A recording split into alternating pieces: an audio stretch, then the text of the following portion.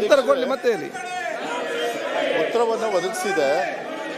ಸುಮಾರಷ್ಟು ವರ್ಷದಿಂದ ನಾವು ಬರೀ ಮಾತ್ರ ತಗೊಂಡು ಬರ್ತಾ ಇದ್ದೀವಿ.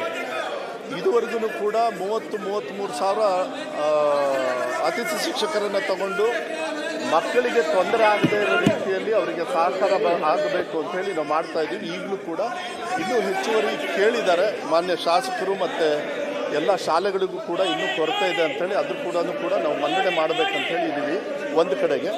ಆದರೆ ಅತಿಥಿ ಶಿಕ್ಷಕರನ್ನು ಕಾಯಂಗೊಳಿಸ್ತಕ್ಕಂಥ ಒಂದು ಯಾವುದೇ ಥರದ ಪ್ರಸ್ತಾವನೆ ಇಲ್ಲ. ಅದನ್ನು ಮುಂದೆ ನೋಡೋಣ. ಈಗ ಸದ್ಯಕ್ಕೆ ನಾನು ಹೇಳೋದಕ್ಕೂ ಆಗೋದಿಲ್ಲ. ಮಾನ್ಯ ಸದಸ್ಯರಿಗೆ ನಾನು ವಿಶೇಷವಾಗಿರ್ತಕ್ಕಂಥ ಗೌರವವನ್ನು ಕೊಡಲಿಕ್ಕೆ ಇಷ್ಟಪಡ್ತೀನಿ.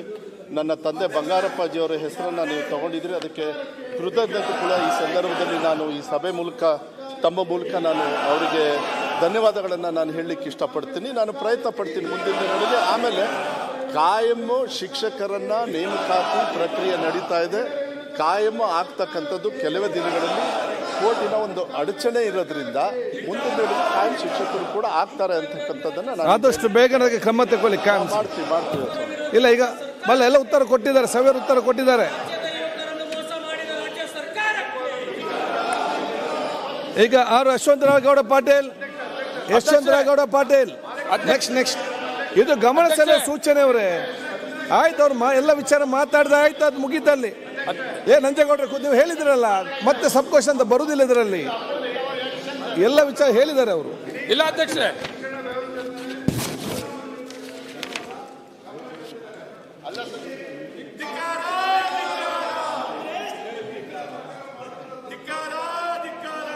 ಆಯ್ತು, ಈಗ ಅವ್ರು ಅದನ್ನೇ ಹೇಳುವಂಥದ್ದಲ್ಲ.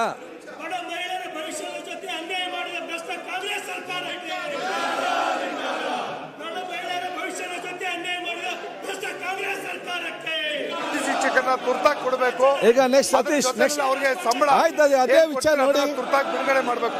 ಅತಿಥಿ ಶಿಕ್ಷಕರ ಮೇಲೆ ಎಲ್ಲರೂ ಕಾಳಜಿ ವಹಿಸಿದ್ದೀರಿ. ನಂಜೇಗೌಡ್ರೆ ನೀವು ಆಯ್ತು, ಗಮನ ಸೆಳೆ ಉತ್ತರ ಕೊಟ್ಟಿದ್ದಾರೆ. ಮತ್ತೆ ಈಗ ಚರ್ಚೆಗೆ ಅವಕಾಶ ಇಲ್ಲ ಇಲ್ಲಿ. ಮತ್ತೆ ನೀವು ಚರ್ಚೆಗೆ ಅವಕಾಶ ಯಾಕೆ ಕೇಳ್ತೀರಿ? ಅವ್ರು ಉತ್ತರ ಕೊಟ್ಟಿದ್ದಾರಲ್ಲ.